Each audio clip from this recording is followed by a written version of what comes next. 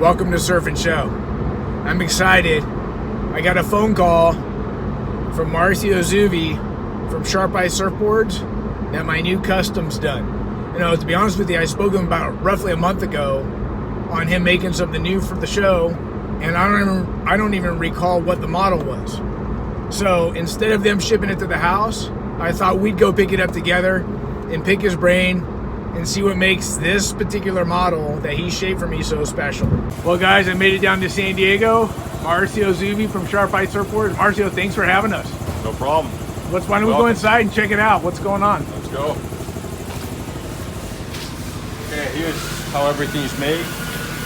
I'm going to show you around the machine where the designs are cut. We have two machines. We got one CNC with a small disc. Now we're cutting a Philippe squiver for Australia. And then we have an APS 3000 on the other side of the road. From here, we just finished the pre-shapes at the shaping room.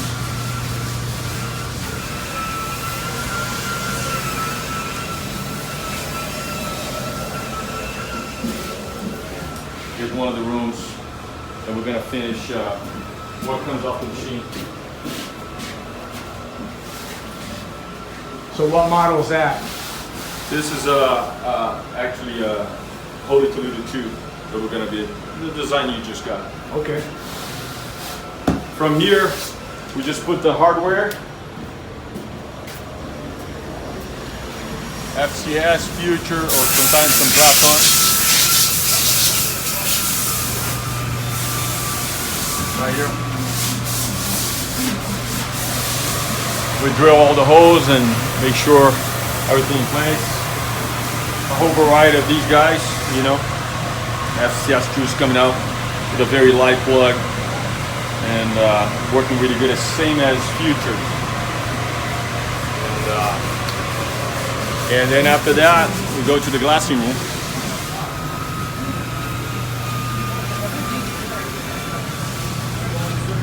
As you see, there's more people hanging out than working, and that's typical glassing factory here. Nobody works.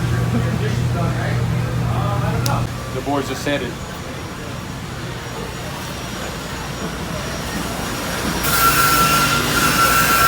So Marcio, tell me a little bit about the board that you shaped. It's called the HT2, the construction. What do you have in mind when you thought about this board? This design was is called the Holy Toledo 2 that we started the first prototypes in the middle of last year, 2017. So I gave a few for Philippe to try. He ended up winning the Trestles event. And we realized, okay, we're gonna change a couple things, but overall the 80% of the design was on point. And this became our 2018 model, new model for high performance surfing.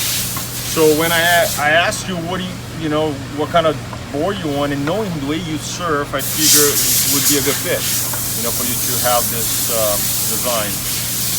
Now we decided to go the E2 construction. The E2 construction is a 2-pound density foam without stringer, and has the biaxial cloth to hold the flax and fine-tune the flax to where it should be. Also the way we designed placing the carbon around the bottom and the deck, so that way you have a nice lively feel, similar than the PU, but with some extras that the construction give to you. Number one is the added floatability. I mean, the 2-pound density is one of the foams, the PS foams that floats the most.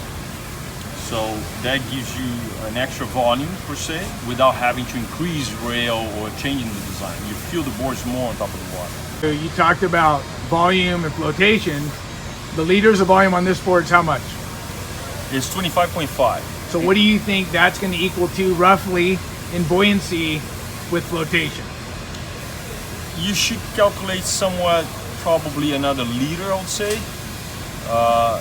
And that would give you this feel, even though the numbers that were calculated originally on the software, it still stays at 25.5 because it doesn't know what kind of construction you're gonna have, So that's just a calculation of the software. but you have to consider that by ordering this construction, you're gonna notice that the board has the extra volume. So what makes EPS and this construction more buoyant? Is it because it's lighter than a PU? What is that factor? It's the density. The density. Yeah. So the density on the foam. Is density talking about how hard the foam is? I don't can you break down density a little bit? Yeah, I can show you 1.5 pound and a 2 pound. You can squeeze and you're gonna feel it. That the 2 pound is harder to squeeze. The 1.5, there's more air to it, so it just squeezes more. So as you have something that's more buoyant, obviously you try to press on the water, and the pushback it's stronger. So that's why the feel of more volume, even though volume calculation on the software still stays the same because it's a different way to calculate, but the actual feel in the water is that the board is more buoyant. This is one of your boards, right, Marcio? Yeah. Tell me about this. Is a 1.5, like on the. Go ahead, tell me. We basically have 1.5 pound with stringer. I don't recommend 1.5 pound without stringer because the foam is too soft and it flex too much. That even if you put carbons and biaxial cloth, it's not enough. So we have to glue a stringer on it. But the feel of the weight and the way the buoyancy is on the water, it's the closer feel to the PU than the actual 2 pound. So this here, you could ride it even in a more solid wave that the feel is just about right. Now the 2 pound density, no, I recommend for designs of head high and under, and just because the volume and the floatability of the construction, you know. And you were mentioning the 1.5 density foam, EPS foam, dense easier on the pressure, right? Pressure dense? Yeah. As far as durability, the 2 pound density with this construction is the most durable, for sure, by far. It's a harder foam, and all the extra glass, you're gonna feel that the dents are gonna take a while until you start pressuring the deck. Now the 1.5 is a lot softer foam, so you ride it, even though a board performs really well, you have a softer deck, which means that's not a very durable construction. On the 1.5, do you have a lot of people ordering that? The team guys, is it performance? What is it? What's so special about it? It's performance oriented. You know, I wouldn't recommend to the general public because someone that's spending the money and investing the money on something, on a product, they expect it to last long. Now, the team guys are aiming 100% performance, and there's a lot of guys on the tour that like the feel of that construction, and they've been ordering a lot, from small wave boards all the way up to medium-sized designs. Right, and so you were mentioning to me that 1.5 EPS is going to feel a little bit more like PU. The rail's going to settle down a little bit more, maybe be a little bit more knifey, not so buoyant on top of the water. Is that right? and less cherry too. You know, as you're getting into high-speed mode, you're going to feel the rails engage a little more because of less buoyancy factor comparing with the 2 pound. This is a 510. There's a 510 too, right? I'm not sure. What's the liters volume on yours? 26.4. And is that EPS also? Yeah, this is 1.5. 1.5, okay. So I went a little thicker, maybe a little wider. Did you design this HT2 with Philippe fin in mind, or? Yeah. That's what you guys like? Yeah. And you ride medium, Marcio?